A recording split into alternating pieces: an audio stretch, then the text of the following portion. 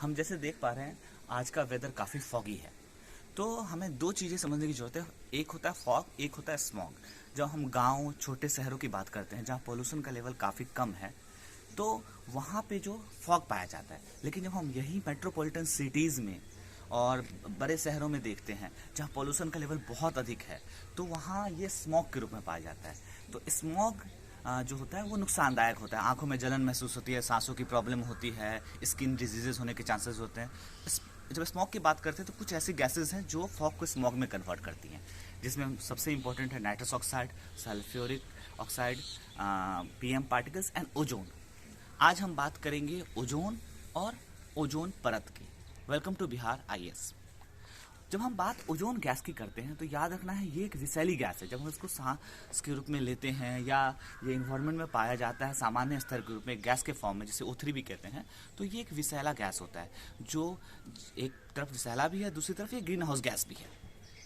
लेकिन जब हम ओजोन परत की बात करते हैं जो समताप मंडल में पाया जाता है तो हमें ये समझने की जरूरत है वो परत हमारे पृथ्वी का एक रक्षा कवच होता है जो हमें अल्ट्रावायलेट रेस यानी पराबैंगनी किरणों से बचाव करती है। तीन तरह की पराबैंगनी किरणें होती हैं, UVA, UVB और UVC। जब ये किरणें पृथ्वी पर आती रहती है तो ये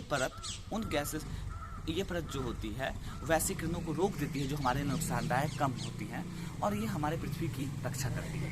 अगर अल्ट्रावायलेट किरणें सीधे पृथ्वी पे आ जाए तो जैसे प्रकाश संश्लेषण की क्रिया में दिक्कत हो सकती है, स्किन डिजीज हो सकते हैं, रेटिना से संबंधित प्रॉब्लम हो सकते हैं और कई तरह की प्रॉब्लम्स इन्वायरमेंट में देखी जा सकती है।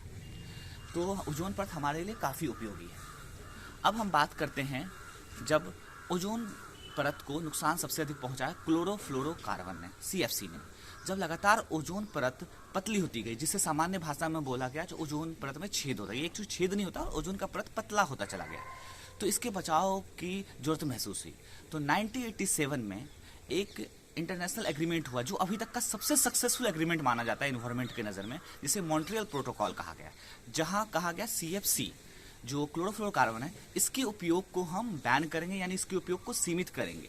अब हमें समझने की जरूरत है CFC मुख्यतः कहाँ पाया जाता था या कहाँ उपयोग होता था। तो CFC का सबसे अधिक उपयोग होता था शीतलक, AC, रेफ्रिजरेटर, फोम उद्योगों में या बाद में सेविंग फोम्स वगैरह में, इनमें भी ये उपयोग होता था। तो धीरे धीरे इसको ख़त्म करके इसके बदले अन्य गैसेस का प्रयोग करने की कोशिश की गई जिससे नुकसान कम से कम हो। जो CFC में क्लोरीन होता है वो सबसे बड़ा कह सकते हैं आपको नुकसानदायक तत्व है, जो ओजोन को O3 को तोड़ के सिंगल ऑक्सीजन में बांट देता है, जिस कारण से ये परत जो होती है पतली होती जाती है।